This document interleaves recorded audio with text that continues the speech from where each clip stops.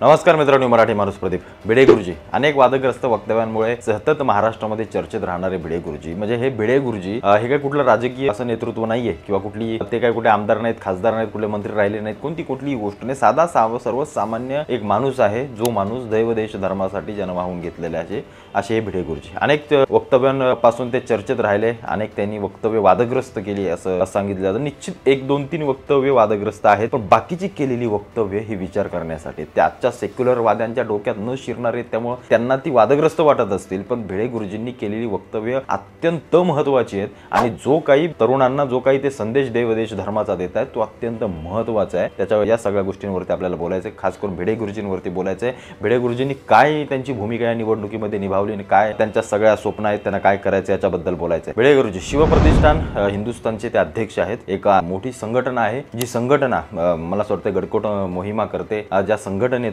धर्माविषयी, आपल्या छत्रपतींविषयी, आपल्या मराठ्यांचा इतिहासाविषयी आपलं सगळं देवदेश धर्माचं ज्ञान दिलं जातं. हे काय कुठलं वाईट आहे का? ही कुठली गोष्ट चुकीची का? नाही. जर एखादा मौलवी जर मशिदीमध्ये बसून जर बाहेर त्यांच्या लोकांना जिहाद कसा करायचा हे शिकवत असेल, तर मग आपल्या देशातले भिडे गुरुजी जर देवदेश धर्मासाठी चांगल्या उपमा तरुणांना करत असतील आणि त्यांना जर इतिहास सांगून देत असतील, त्यात काय वावगा नाहीये. जो काही प्रकार भिडे गुरुजींविषयी आणि जे काही नेरेटिव्ह या शरद पवारांनी, खास करून डाव्या विचारसरणीच्या लोकांनी, खास करून काही नेत्यांनी त्यांना बोलायला लावलेले, टुचके लावले, त्यांची नावं घेत नाही मी. त्यांनी भिडे गुरुजींचं जे काही नाव आणि ज्या काही त्यांच्यावर आघात करत असतात, ही अत्यंत गोष्ट चुकीची. कारण या लोकांना भिडे गुरुजी काय काम करतायत हे माहित नाही. अर्ध्या तरुणांना माहित नाही की भिडे गुरुजी नक्की काय करतात. ते सांगलीमध्ये बसून पायात चप्पल न घालता हा माणूस, मला असं वाटतं, सगळ्या तरुणांना घेऊन लाखो लोक, लाखो तरुण त्यांच्या सोबत गडकोटे मोहिमा करत फिरतात. कित्येक मैल चाललं जातं, रानावानामध्ये राहिलं जातं, पायामध्ये चप्पल नाही. हा माणूस काय धर्मवेडा आहे? कशाला गडकिल्ले फिरतोय? काय नक्की तरुणांना सांगायचंय? काय नक्की करतायत? काय देवदेश धर्माचं ज्ञान दिलं जातंय?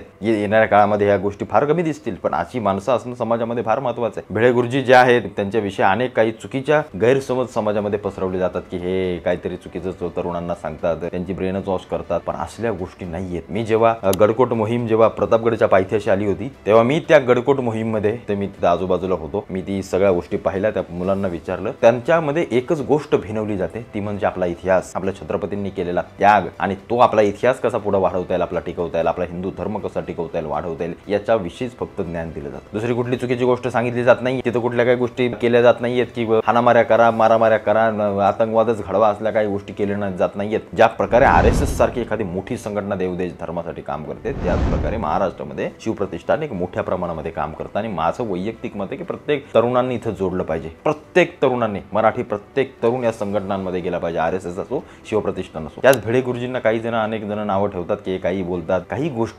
गोष्टी लॉजिकली पाहायला गेल्या तर समाजाला न रुचणाऱ्या आहेत, त्या त्यांना न पचणार आहेत, त्याच्यामुळे ते आपल्याला विरोधाभासातल्या वाटतात. पण त्या गोष्टींचा जर बारीक अभ्यास केला तर ते अत्यंत महत्त्वाचं. भिडे गुरुजींचं एक वक्तव्य तुम्हाला असं सांगतो. भिडे गुरुजी म्हणतात की आपला ध्वज हा तिरंगा नाहीये, आपला ध्वज हा भगवा आहे. त्याच्यामध्ये वावगं काय? लोकशाही आली, लोकशाहीनंतर ध्वजाचं सगळं ध्रुवीकरण झालं, पण त्याच्या आधी हा देश हिंदूंचा आहे, हा देश हिंदुस्थान आहे. जर 54 देश मुस्लिम राष्ट्र म्हणून असतील तर हे हिंदू राष्ट्र आहे आणि हिंदू इथं असल्यानंतर आमचा ध्वज भगवा असेल, जो आम्हाला श्रीरामांनी दिला, जो आम्हाला छत्रपती शिवरायांनी दिला, महाराणा प्रतापांनी दिला, आमच्या कित्येक मोठ्या राजांनी आमचा भगवा ध्वज अभिमानाने फडकवला, तो आमच्यासाठी आमच्या समोरच असणार ना. पण आज लोकशाहीमध्ये आम्हाला जो तिरंगा दिला जातो त्याचा देखील आम्हाला अभिमान आहे, कारण तो काळ हा राजेशाहीचा असेल, हा काळ लोकशाहीचा आहे. इथं आम्ही जे काही दिले ते आम्ही मान्य करतो, त्यांचा काही विरोध नाहीये या गोष्टीला. पण ह्या गोष्टी समजावून सांगण्यासाठी, लोकांपर्यंत पोहोचवण्यासाठी या महत्त्वाच्या असतात. एखादा मुसलमान हिरवा झेंडा पहिला हातात घेईल, नंतर तिरंग्याला हातात घेईल. मग इथं हिंदूंनी जर ह्या गोष्टी केल्या तर त्यांच्यावर मात्र बोटं दाखवली जातात.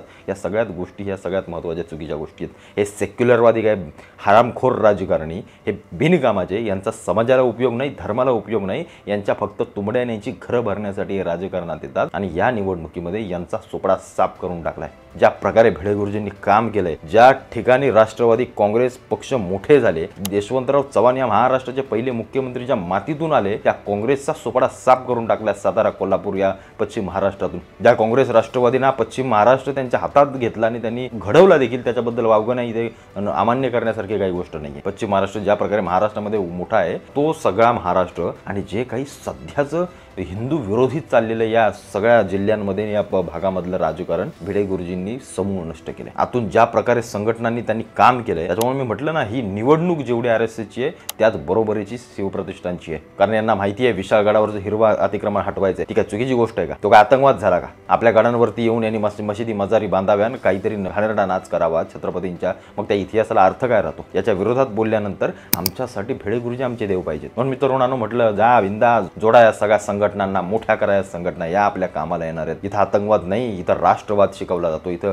धर्मवाद शिकवला जातो, धर्माविषयी भक्ती शिकवली जाते. आणि या निवडणुकीमध्ये एक महत्त्वाची भूमिका यांनी बजावली. काही गोष्टी, काही चुकीच्या गोष्टी छोट्या मोठ्या असतात त्या सोडून द्यायच्या असतात, त्याचा काय भाव करत बसायचा नसतो. या सेक्युलरवाद्यांना तेवढंच येतं. त्यांच्या घरामध्ये कधी देवाला घंटी वाजवत नसतील, पण बाहेर जाऊन मंदिरामध्ये फोटो काढून तेवढे देवाचं हे दाखवणार. या असल्यांचे काही उपयोग नाही आहे देशासाठी आणि आपल्या महाराष्ट्रासाठी. असले असते तर छत्रपतींनी स्वराज्य देखील निर्माण केलं नसतं. मला असं वाटतं भिडे गुरुजींसारखा एखादा माणूस जर देव देश धर्माचे ज्ञान जर तरुणांना देत असेल ते तरुणांनी घेतलं पाहिजे आणि अशा लोकांच्या मागे आपण सर्वांनी खंबीरपणे उभं राहिलं पाहिजे, एवढंच मला फक्त वाटतं. त्यामुळे भिडे गुरुजी येणाऱ्या काळामध्ये मोठ्या संख्येने पुन्हा एकदा रस्त्यावर उतरतील, देव देश धर्मासाठी तरुणांना ज्ञान देतील, एवढंच मी सांगतो. आणि तरुणांना तुम्हाला विनंती करतो की प्रत्येकानं या सगळ्या आपल्या संघटनांमध्ये जा, सहभागी व्हा, आपल्या देव देश धर्मासाठी जगण्याचा एक संकल्प तुम्ही कराल, एवढंच फक्त मी तुम्हाला सांगतो. जय हिंद, जय महाराष्ट्र.